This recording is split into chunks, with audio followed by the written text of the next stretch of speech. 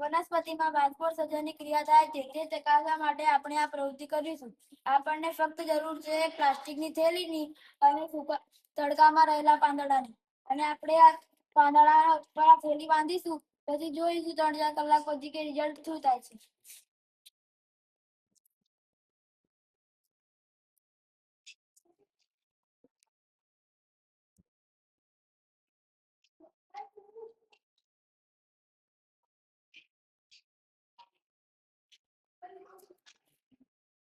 હવે આપણે આ બાંધી દીધું છે અને આપણે 3-4 કલાક પછી જોઈશું કે આનો રિઝલ્ટ શું આવશે.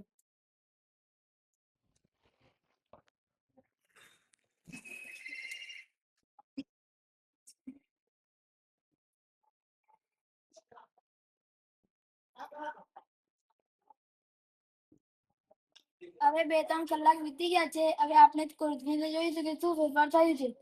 તમે જોઈ શકો છો કે આના અંદર પાણીના ટીપા દેખાય છે અને હવે આપણે આને ખોલીને જોઈશું.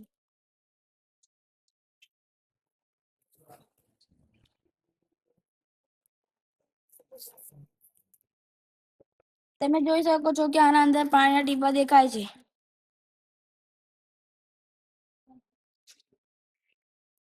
તમને પ્રશ્ન થતો હશે કે આ કોથળીમાં પાણી કેવી રીતે આવ્યું. વનસ્પતિમાં સૂર્યપ્રકાશની હાજરીમાં બાષ્પોત્સર્જનની ક્રિયા થાય છે તે ચકાસ્યું. પણ બાષ્પોત્સર્જન એટલે સૂર્યપ્રકાશની હાજરીમાં વનસ્પતિના પર્ણ દ્વારા પાણી બાષ્પ એટલે કે વરાળ સ્વરૂપે પર્ણરંધ્રમાંથી બહાર આવે છે.